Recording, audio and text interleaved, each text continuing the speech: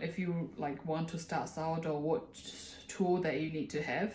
I'm gonna go through, or what material you're gonna have. I'm gonna go through it with you guys. So number one is sourdough starter. You can get from the bakery shop or get it from your friend. And when you need it, you feed 1 part of sourdough starter, 1 part of flour, and 1 part of water. For example, you have a 100-gram starter, then you mix with 100 grams of water and 100 grams of flour. And when you make dough, you can use 100 and throw 100 away if you only need to make one sourdough. So some of the recipes 50 grams, some of the recipes 100, some of the recipes 150 grams of sourdough starter. So the less you put, the longer it will double in size. And depends on the temperature as well, because it's winter.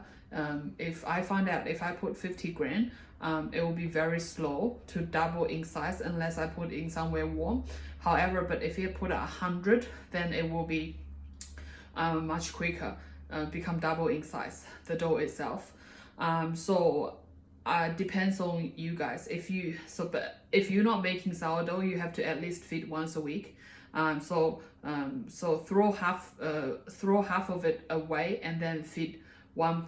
For example, you had 100, so you throw 50 grams away and feed 50 grams of water and 50 grams of flour, and then either make dough or you use it for next week. Because if you don't throw it away, you're gonna end up with a lot of sourdough starter. So that's about sourdough starter. And you will need a scale and proofing basket. So if you don't have proofing basket, normal shape is round and oval. So if you don't have proofing basket, I guess you can use any like container, but you can, at least it can breathe, so you can proofing inside as well. And some baking paper. But I have this silicone baking sheet I bought from Costco, so I normally use this. And you will need a Dutch oven to keep the moisture, to keep the steam, because at the beginning, if you could keep the steam, then the crispy outside will firm. Otherwise, your sourdough will be a bit dry. In my last video, I already have showed you guys that you preheat the Dutch oven in the oven for bake it with the lid on for 20 minutes, and then lid off for 30 minutes, and then take the bread out of this Dutch oven for and then another 10 minutes of baking. So for the ingredients, this is the pita bread that I bought from Costco, but you can buy baking flour from Coles or Woolworths, and often you will need salt. So sourdough, only 4 ingredients: bread flour, sourdough starter, salt and water. Yeah, that's all for the ingredient. And sometimes you can add the seed on, but make sure the seed are roasted or soak in water, otherwise it'll make the dough dry. Where I normally buy the seed is so I bought this from Costco. Chia seeds you can add on the dough, and the other thing I normally put on the top of the bread is golden flax seeds. That way I normally add on.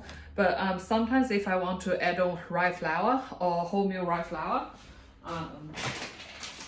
so the first time I added on, I used 100% of rye flour. It didn't work. It turned out as a pancake. So now I look at the protein percentage.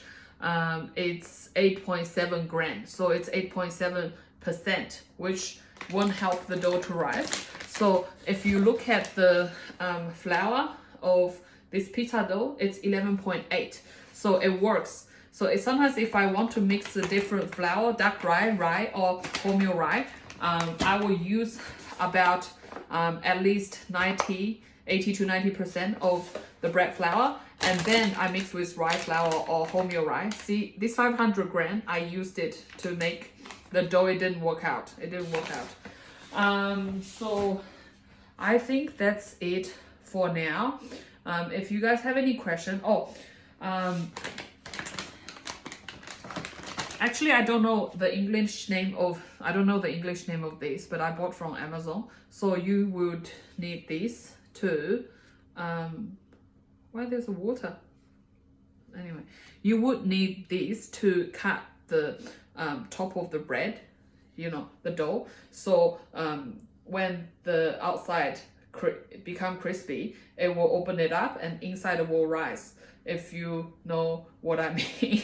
I try to describe it. So once I will make another dough tomorrow. Tonight I use this starter to I made another dough because I have a bread maker. I let it knead it for me. So and I will rest it inside for 8 hours. At least 8 hours to double the size, and then I'll put it in the proofing basket.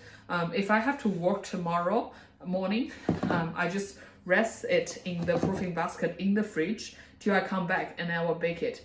So for the proofing as well, if you want the flavor to develop, the longer it will become more sour and it will become more tasty. If the shorter it will be, for example, if the weather is really warm, you keep it in the room temperature, maybe 2 to 3 hours, it will be ready to be baked. So that's all I can remember for now. But tomorrow when I bake, I can get into more details. Okay, hopefully that helps you guys. Thanks, bye.